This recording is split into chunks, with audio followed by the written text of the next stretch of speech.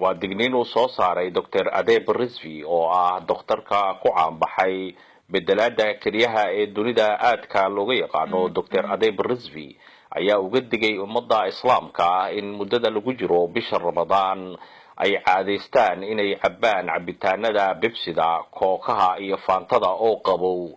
Dr. Adeeb Rizvi ayaa dadka islaamka ah muddada bisha Ramadaan waxa uu uga digay cabitaanada inta badan sida kookaha, Faantada iyo Pepsida.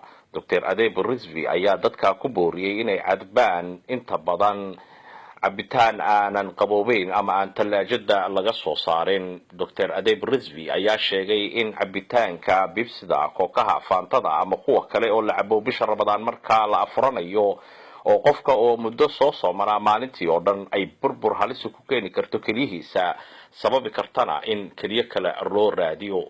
Dr. Adeeb Rizvi ayaa la wadaagay ummadda waxaanu ka soo saaray digniin.